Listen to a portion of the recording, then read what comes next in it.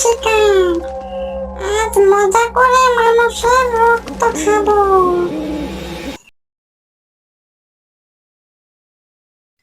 একদিন করে মানুষের হাঁস মুরগি গরু ছাগল নিখোঁজ হতে থাকে।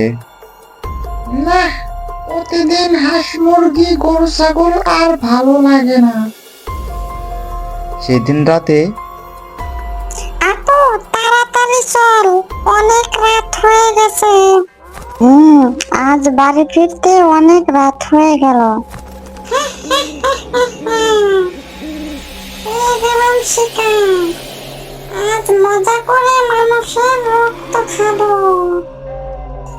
আপু, এখানে পেতনি এলো কোথা থেকে? ভয় পাস না বোন, আমার কাছে ওকে জব্দ করার জিনিস আছে। আচ্ছা, তোর সাহস থাকলে আমাদের সামনে এসে দাঁড়া। কি বললি? তোদের এত বড় সাহস? এই কথা বলে পেতনিটা ওদের সামনে এসে দাঁড়ালো। আপু, পেতনি তো নেমে এলো, এবার কি করবি? দাঁড়া, আমার কাছে ফোড়া পানি আছে, এটা দিয়ে ওকে জব্দ করব। পানি ভরা পেতনির গায়ে দিতেই পেতনির গায়ে আগুন ধরে গেল।